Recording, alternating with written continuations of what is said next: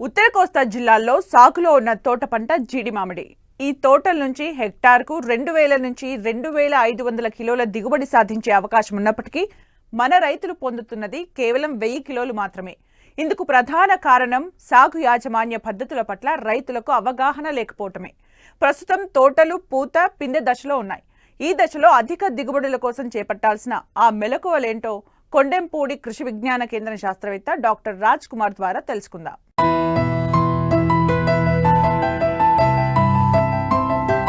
విదేశీ మారక ద్రవ్యాన్ని ఆర్జించే పంటగా జీడి మామిడిది ప్రత్యేక స్థానం.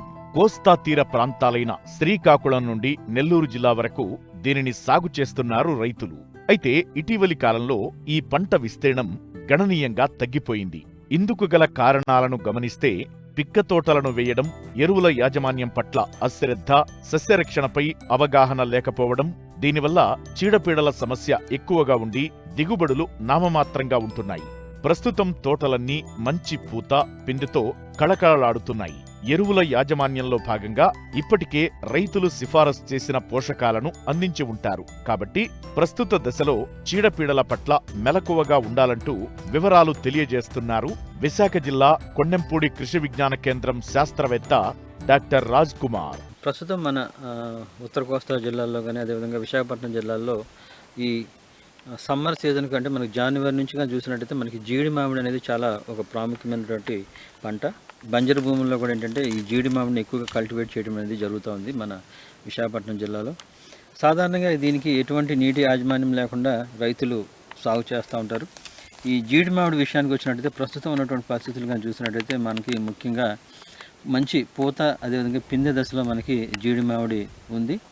జీడి మామిడిలో సాధారణంగా మనకి డిసెంబర్ చివరి వారం కానీ లేదా మధ్య నుంచి కూడా ఏంటంటే మనకి పూత అనేది స్టార్ట్ అవడం జరుగుతూ ఉండేది. చిగుర్లు రావటం, తర్వాత దాని నుంచి పూత రావటం, ఆ విధంగా ఏంటంటే మనకి జనవరి ఫిబ్రవరి వరకు కూడా మనకి పూత వచ్చి ఇక్కడ నుంచి మనకి ఫిబ్రవరి నుంచి మనకి కాయలు అనేది పెరగటం అనేది జరుగుతూ ఉంటుంది. కొన్నిసార్లు ఏంటంటే మనకి ఈ పూత ఎప్పుడైతే మనకి స్టార్ట్ అవుతుందో అదేవిధంగా మనకి కొత్త ఆకులు లీవ్స్ కొత్తగా వచ్చే టైంలో మనకి ఎక్కువగా ఆశించేటువంటి టీ దోమ.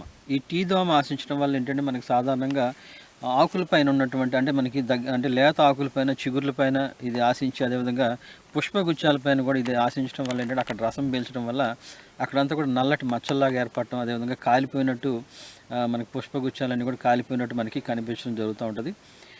దానివల్ల ఏంటంటే మనకి ఆ పుష్పగుచ్చంలో ఉన్నటువంటి పూలన్నీ కూడా మనకి ఎండిపోవటం కానీ రాలిపోవటం, తర్వాత లేత ఆకులన్నీ కూడా మనకి కాల్చేసినట్టు నల్లగా మారిపోయి అక్కడ నుంచి ఇంకెటువంటి ఫర్దర్ గ్రోత్ అనేది ఉండదన్నమాట. దాని గురించి ఏంటంటే మనకి ఈ జీడి మామిడిలో మనకి సాధారణంగా 3 సార్లు మనకి పుష్పాలు వచ్చేటువంటి ఉంటుంది. దీంట్లో మెయిన్గా మనకి డిసెంబర్ లాస్ట్ వారంలో ఒకసారి రావడం జరుగుతుంది. అదేవిధంగా జనవరిలో మనకి ఫైనల్గా ఫిబ్రవరి మార్చిల వరకు కూడా మనకి చివరి పూత దశ అనేది ఉంటుంది. అదేవిధంగా దీంట్లో మనకి 3 రకాలైన పుష్పాలు అనేవి మనకి కనిపిస్తూ ఉంటుంది. మగ పుష్పాలు, ఆడ పుష్పాలు, అదేవిధంగా మగ ఆడ కలిగినటువంటి 2 కలిగినటువంటి ద్విలింగ పుష్పాలు అనేవి కనిపిస్తూ ఉంటుంది. మనకి ఏదైతే ద్విలింగ పుష్పాలు ఉంటాయో వాటి నుంచే మనకి కాయలు అనేవి ఏర్పడటం జరుగుతూ ఉంటుంది. మిగిలినటువంటి మగ పుష్పాలన్నీ కూడా మనకి చిన్నగా మనకి ఎండి రాలిపోవడం జరుగుతూ ఉంటుంది.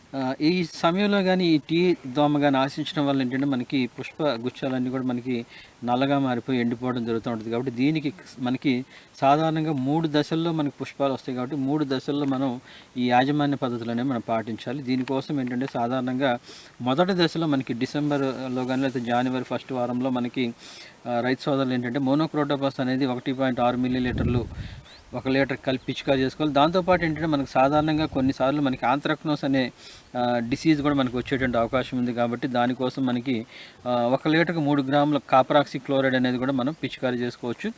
అదేవిధంగా అది లేని పక్షంలో ఏంటంటే మనకి కార్బండిజం ప్లస్ మ్యాంకోజెబ్ అనే మందు కూడా మనకి మార్కెట్లో అవైలబుల్ ఉంది. దాన్ని కూడా 2.5 గ్రామ్స్ పర్ లీటర్ కూడా మనం పిచికారీ చేసుకున్నట్టయితే ఈ సమయంలో అంటే మనకి జనవరిలో కూడా మనకి మంచు ఎక్కువగా పడుతూ ఉంటుంది. అదేవిధంగా ఫిబ్రవరికి కూడా మంచు కొంచెం లైట్గా పడుతూ ఉంటుంది. కాబట్టి మళ్ళీ రెండో దఫా మనకి పూత వచ్చే సమయంలో అంటే మనకి మ్యాక్సిమం మన ఫిబ్రవరి మాసంలో ఏంటంటే మనకి లాంబ్డా సైలోత్రిన్ అనే మందు 0.6 మిల్లీలీటర్ నుంచి 1 మిల్లీలీటర్ వరకు కూడా మనం పిచికారీ చేసుకోవచ్చు. దాంతోపాటు కాపరాక్సీ క్లోరైడ్ 3 గ్రాములు లేదంటే మనకి కార్బండిజం ప్లస్ మ్యాంకోజెబ్ అనేది 2.5 గ్రాములు రెండింటిని కలిపి మనం పిచికారీ చేసుకోవడం వల్ల ఏంటంటే ఈ రెండో దఫా వచ్చేటువంటి ఈ టీ దోమను కూడా మనం తగ్గించుకోవచ్చు.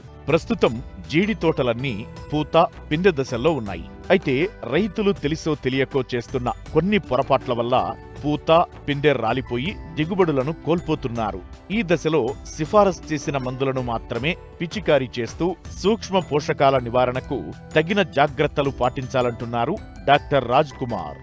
ఇక చివరిగా మూడోసారి కూడా మనకి మార్చి వరకు కూడా మనకి పూత ఉండే దశ ఉంది కాబట్టి మూడోసారి మనకి మార్చిలో కానీ లేకపోతే ఫిబ్రవరి చివరి వారంలో ప్రొఫినోఫాస్ అనే మందు 2 మిల్లీలీటర్లు, దాంతోపాటు కాపరాక్సిక్లోరైడ్ 3 గ్రాముల చొప్పున కానీ మనం కానీ కలిపి పిచికారీ చేసుకున్నట్టయితే ఈ పూత మనకి ఈ టీ దోమ అదేవిధంగా ఆంత్రాక్నోస్ రెండు కూడా మనకి కంట్రోల్ అవడానికి వీలవుతుంది. మంచి కాపు అనేది నిలబడటానికి అవకాశం ఉంటుంది.